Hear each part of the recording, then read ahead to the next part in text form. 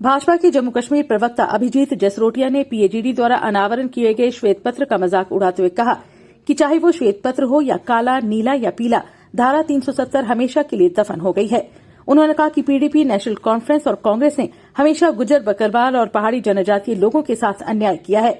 ये बात उन्होंने जम्मू में एक संवाददाता सम्मेलन को संबोधित करते हुए कही। उन्होंने ये भी कहा कि मौजूदा केंद्र सरकार ने लोगों से जो भी वादे किए थे वे पूरे हुए हैं। जसरोटिया ने कहा कि भारतीय जनता पार्टी देश की एकमात्र राजनीतिक पार्टी है जिसने सभी संप्रदायों के लोगों को न्याय प्रदान किया है।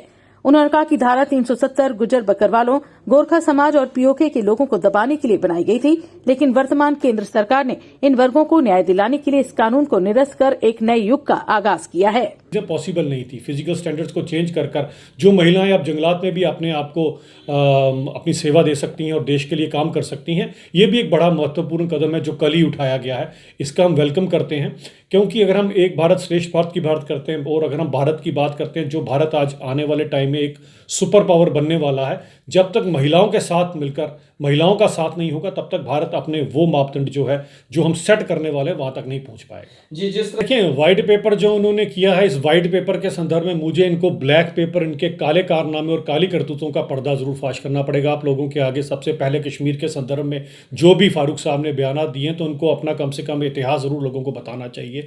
किस तरह से आज़ादी के बाद मरहूम शेख साहब कश्मीर के लोगों से चंदा इकट्ठा किया करते थे, किस लिए चंदा इकट्ठा किया करते कि मैं यहाँ पाकिस्तान बनाऊंगा। उसके बाद उन्होंने क्या किया था, उसके बाद जब फारूक साहब की बारी आई तो एक अच्छा भला कश्मीर जो शांतिमय कश्मीर था, 87 की रिगिंग कर MUF को हराकर जो काम उस समय की सेंटर की कांग्रेस की सरकार, बूटा सिंह होम मिनिस्टर हुआ करते थे, राजीव गांधी प्राइम मिनिस्टर हुआ करते थे और यहाँ पर फारूक साहब थे, इन्होंने मिलकर जो लोगों के साथ नाइंसाफ़ी की। 87 के बाद मंजर बदल गया, कत्लो गारत का वो सिलसिला अभी तक जो है बड़ी मुश्किल से अब रोक पाए हैं कहीं हम। लेकिन ये सब किसने किया? ये इन्हीं ने किया जिनके काले कारनामे, काले चिट्ठे लोगों के बीच में होने चाहिए। और फारूक साहब के संदर्भ में एक बात ज़रूर कहूँगा, अगर आपने जगमोहन जी की फ्रोजन टर्बुलेंस पढ़ी होगी तो यही फारूक साहब थे जिन्होंने अपने ही वर्करों को कहा था कि आप पाकिस्तान जाएं, हथियारों की ट्रेनिंग लेकर आएँ और फिर आकर अपने ही लोगों को मारें।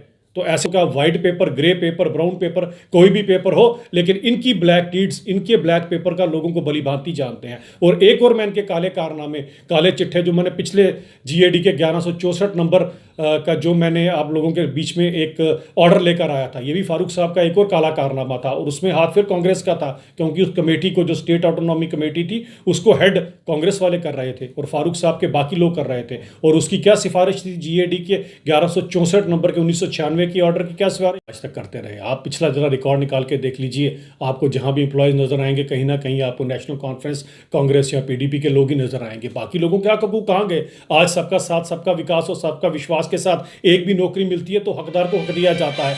एक भी बैकडोर अपॉइंटमेंट बताएं, जो खासकर 5 अगस्त 2019 के बाद अगर कोई एक भी बैकडोर अपॉइंटमेंट हुई है तो उसका आप बताएं। आज क्यों ना हक दिया जाए लोगों को? ये लोग क्या एम्प्लॉयमेंट की बात करेंगे? इन्होंने आज तक पिछले 40-50 सालों से जो लोगों के लिए सेंटर पैसा दिया करता था वो चंद नेशनल कॉन्फ्रेंस के, कांग्रेस के लीडर अपनी ही जेब में डाल लिया करते थे। जिस दिन लोग इनसे अपने पिछले 50-60 साल के पैसे का हिसाब किताब पूछेंगे तो फारूक साहब को ना व्हाइट पेपर याद रहेगा ना ब्लैक पेपर याद रहेगा, क्योंकि वो 60-70 साल का, इनको अभी तक लोगों को इन्होंने अपना बताया नहीं कि हमारे पास पैसा कहां से। और एक बात मैं जरूर बताना चाहूंगा कि मरहूम शेख साहब तो एक छोटे से टीचर थे, आज इनके पास इतनी प्रॉपर्टी कहां से आई? जम्मू में प्रॉपर्टी, कश्मीर में प्रॉपर्टी, लंदन में प्रॉपर्टी। पूछे इनके पास ऐसे कौन सी जादू की छड़ी थी? कोई इनका बिजनेस तो था नहीं, तो इतना पैसा इनके पास कहां से आया? ये हर उस आम गरीब कश्मीरी का, आम गरीब डोगरे का पैसा है जो 370 की आड़ में उन्होंने अपनी जेब में डाला। इंतखाबात से जनता पार्टी जो है वो हमेशा ज़मीन पर काम करती रहती है। हम कोई सियासी माहौल देखकर या जब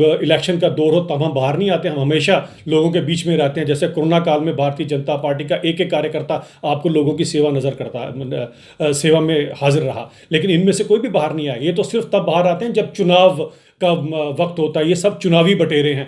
भारतीय जनता पार्टी तो हमेशा चुनावों के लिए तैयार रहती है। और रही बात हम इनसे क्यों खौफजदा होंगे, खौफजदा ये लोग होंगे, DDC का नतीजे इनको अच्छे भले पता है कि भारतीय जनता पार्टी सबसे बड़ी पार्टी बनकर उभरी है। यहाँ पर लोग जो हैं आज भारतीय जनता पार्टी के साथ खड़े हैं, क्योंकि हमारे कार्यकाल में जो हम लोगों के साथ न इंसाफ कर रहे हैं वो सबके साथ कर रहे हैं। और भारतीय जनता पार्टी ये लोग करते होंगे ऐसी बात हमारे लिए हिंदू मुसलमान भी हमारी दो आंखों की तरह है और जम्मू कश्मीर भी हमारी दो आंखों की तरह है। तो पहले आप गलत आदमी से पूछ रहे हो कि मैं टी टॉटलर हूँ, मैं तो बिल्कुल ही शराब में यकीन नहीं रखता। मेरे लिए तो पूरे दुनिया से शराब खत्म हो जानी चाहिए। लेकिन चलें, अगर कहीं ना कहीं से कोई रेवेन्यू जनरेशन की बात आती है तो जो चीज़ एक है तो समाज में गलत ही है, लेकिन उससे अगर कहीं रेवेन्यू जनरेट हो रहा है तो मुझे लगता है जो रेवेन्यू जनरेट होता है वो प्रॉपर जगह पे यूटिलाइज होना चाहिए। मैं टोटली शराब के अगेंस्ट हूँ, क्योंकि मैं टी टॉटलर हूँ। शराब की फेवर में बोलना मेरे लिए गुनाह है।